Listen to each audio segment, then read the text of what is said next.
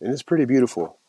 But it was in 2022 in the summertime. I was on a mission trip in Bosnia in a city called Banja Luka, and while we were there, some some of the students that we were hanging out with had said they loved.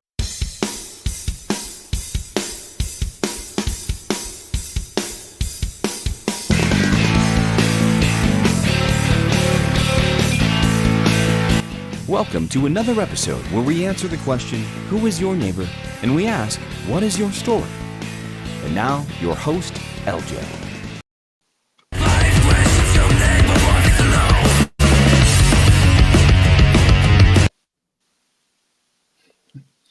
Intense. All right. I wasn't ready Yeah, for the first heavy question. metal. Beautiful place you have ever visited. Most beautiful place I ever visited.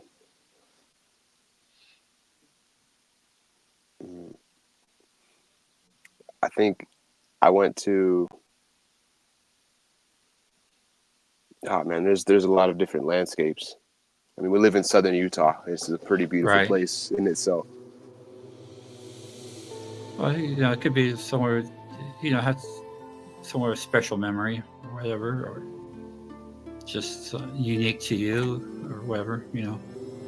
So, Okay, I have one. Um, and it's pretty beautiful.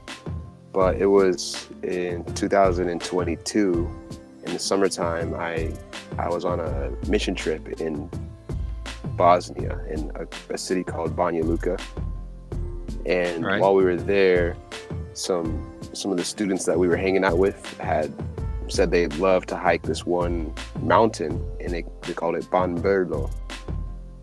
And so Okay. it's about a 2-hour hike, and it's a paved trail, but the terrain of Banja Luka, especially on this mountain, is just very forested.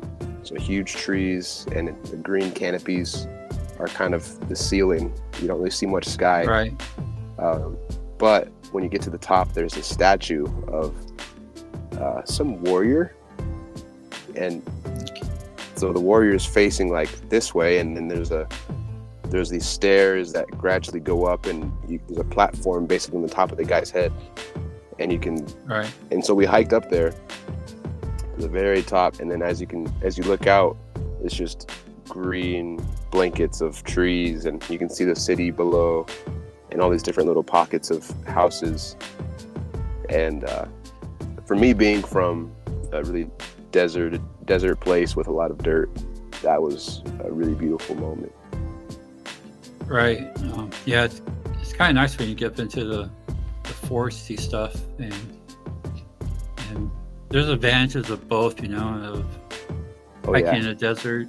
When you hike in the desert, you can see so far and everywhere, Yeah. And forest, you have to sometimes just put the work in to find a clearing to look out over the valley or something. But True. both are beautiful, and it's a little cooler hiking the mountains, except for you do put up a sweat. And Yeah. Oh yeah. Anyway, all right, let's go to the next question. What is your favorite type of cuisine?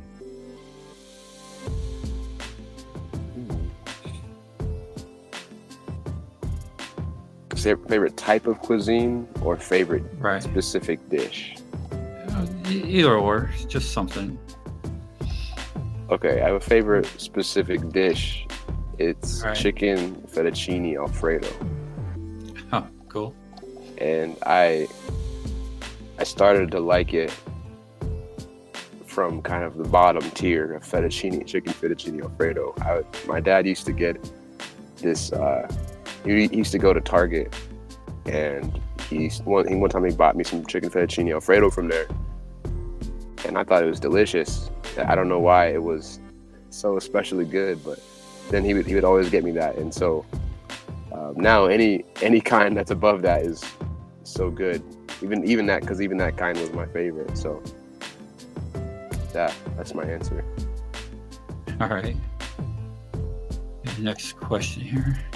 What is your favorite hobby and how did you get into it?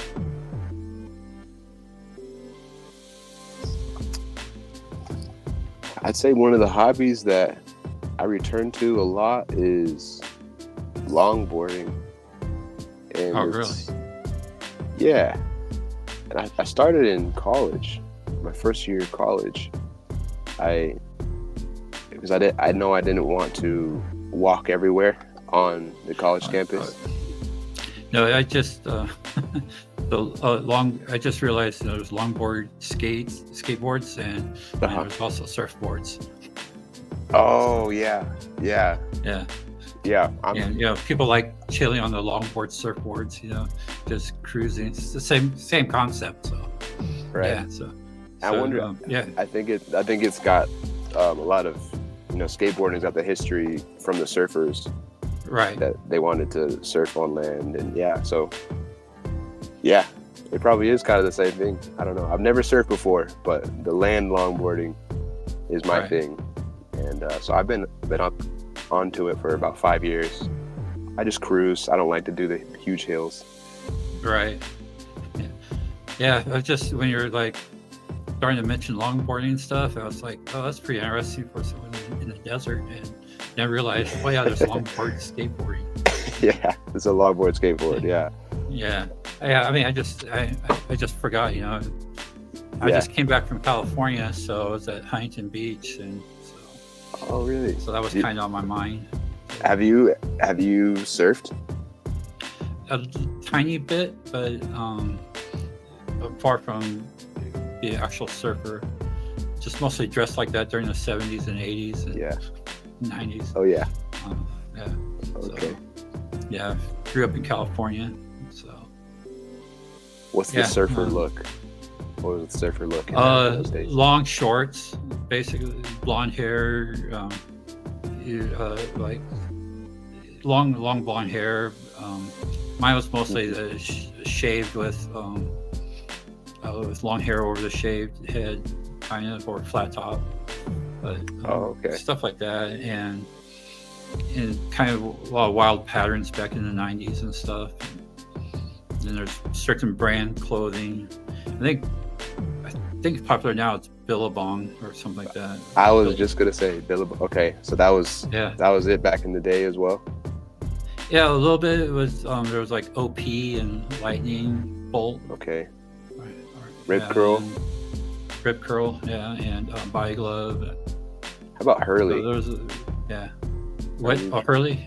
Hurley? No, I don't remember Hurley back then. It could have been, but I don't think that far back. Another one would be this is the funny one. It was it's called Mr. Zog Sex Wax, and it's a surfboard wax. Yeah. Yeah, and this is the irony of things, of how far society's come. Those shirts were banned at Disneyland back in the 80s and 90s. You couldn't wear that shirt. Yeah. And you couldn't wear heavy metal shirts either, bands or stuff. Wow. Yeah, and so it was a real clean, wholesome image. Even not just the employees, but the customers as well. So that really shows you that how much it's changed. And what is your favorite sport to watch or play?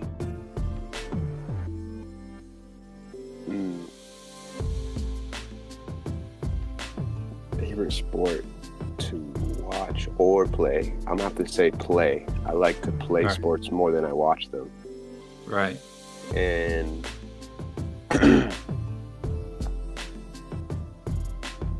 I would say football,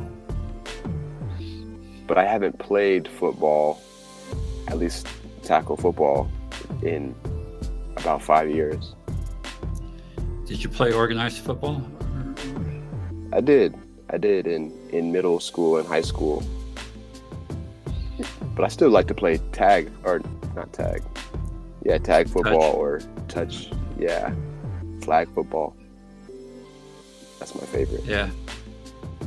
99% of the time I played just regular, football on the streets and stuff. And Oh yeah. touch and tackle too. Yeah. Depends on the surface. Yeah. Right. If you don't break any bones, it's okay to tackle. Yeah. As long as it's not on cement or street or whatever. Oh yeah. But stuff happens though. No, just kidding. Things that even on the grass. Yeah, I didn't think. Right. Yeah. How about you? What's your favorite sport to watch or play? It's all. Right now, I'm kind of waned off of most sports and stuff. I guess my last big sport that I like to watch was UFC and stuff like that. Yeah. And just before that, I was like watching NASCAR a lot. And NASCAR is funny though, because you can come home from church, and turn it on and watch it start and stuff, and then just fall asleep and wake up before the end, because it's like 4 hours long. And yeah. It's a good napping sport. Yeah. And you get caught pretty quickly up, to watch the last probably hour of it or something. Yeah. So, oh yeah. But back in the day, growing up playing baseball, and then it was into. Well, it's just funny, it's just showing my age, because extreme sports back then was nothing compared to what it is now. It was just like skateboarding and BMX racing, and BMX racing probably hasn't changed too much, but BMX freestyle and stuff like that. Back in the day, there was some guys that were really, really good, and they did some really, really crazy stuff. And today, most of the crazy stuff wouldn't be even considered crazy at all nowadays. So like letting go of your bike in midair, or doing flips and stuff. That was really unheard of back in the day. So now you can see that in every competition. Right. Yeah. Just wow. Yeah. What we did was basically barely a warm up nowadays. Yeah. Yeah. Man, things have changed. Yeah, but it'd be kind of like bunny slopes and stuff, Yeah. Yeah, that's a good way to say it. Yeah. So it's really changed a lot. So you used to watch that, or you used to do the BMX? I used to do that stuff, but okay. I did. Right before I went into the military, I started doing semi-professional BMX racing, and it's just you make you go out to races, you make like $15-$20, and sometimes it's just barely what you make after you pay to register and stuff, okay. Yeah, and come out even. Just kind of come out even, but then and so then I went in the military. Then when I got out of the military, I was like ready to gear back up and pick up where I left off. And my parents sold all my bikes and stuff. And no. Yeah, but it's okay, man. They paid for them, so. Okay. So. Okay. It doesn't work out that way, but. Yeah. Right. It's their bike. Okay. What was the last movie or TV show that made you cry?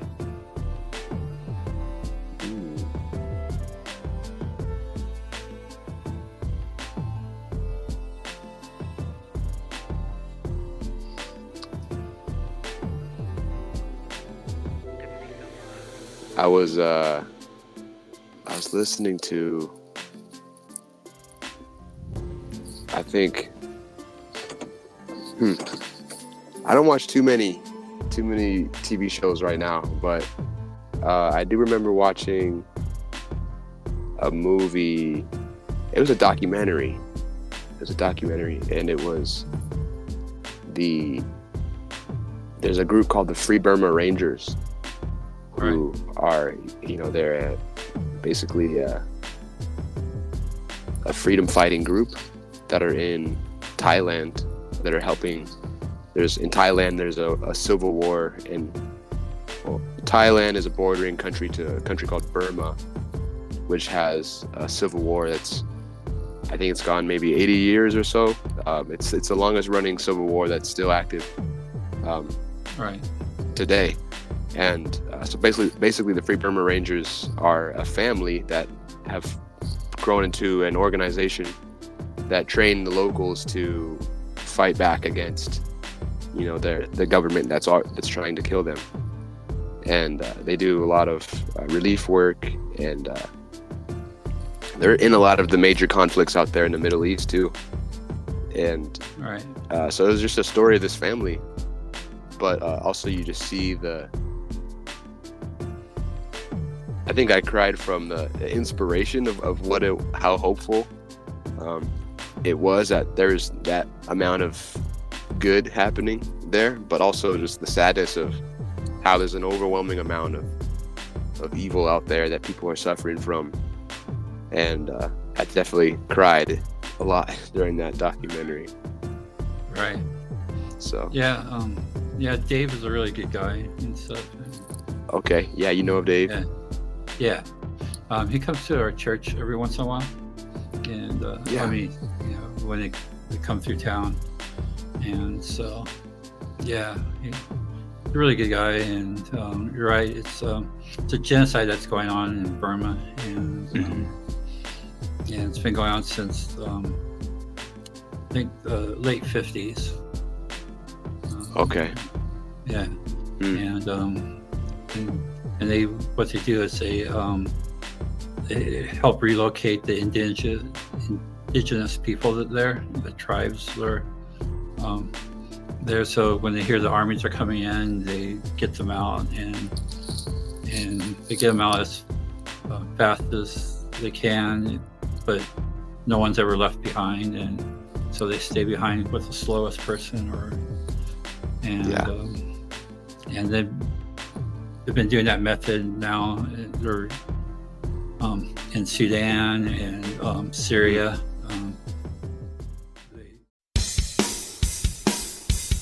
Thank you for listening and downloading. Please like, follow, comment, rate, and share the show. Don't forget social media to support the show. Use the handle on Twitter and Instagram at LJTrekker. That's ELJAYTREKKER.